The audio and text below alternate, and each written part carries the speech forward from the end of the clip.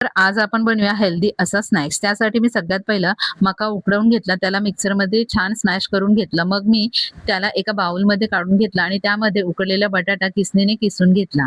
मग मी त्यामध्ये बारीक चिरलेली कोथिंबीर, ऑरिगॅनो, त्याचबरोबर काळी मिरी, बाजरीचं पीठ, तांदळाचं पीठ सगळं साहित्य छान एकत्र करून घेतलं आणि हे गोळे तयार करून घेतले. मग मी आप्या पात्राला तेल लावले आणि त्यामध्ये हे मिश्रण अशा पद्धतीने ॲड करून त्याला तेल लावून छान क्रिस्पी होईपर्यंत भाजून घेतले आणि अशा प्रकारे हे कप्स मी तयार करून घेतलेले आहेत. हे बघा किती छान क्रिस्पी असे भाजले गेलेले आहेत. आता ह्याच्या स्टफिंगसाठी मी काही साहित्य तयार करत आहे. एका बाउलमध्ये मी बारीक चिरलेला टोमॅटो, बारीक चिरलेली कांदा, चाट मसाला घेतला. सगळं साहित्य एकत्र करून घेतले आणि त्याला ह्या कप्समध्ये ॲड केलं. त्याचबरोबर ह्यामध्ये हिरवी चटणी, त्याचबरोबर गोड दही सुद्धा मी ॲड केलेली आहे. तुम्ही या रेसिपीला काय नाव द्याल ते मला नक्की सांगा आणि तुम्हाला ही रेसिपी कशी वाटली ते पण सांगा. सबस्क्राईब करायला विसरू नका.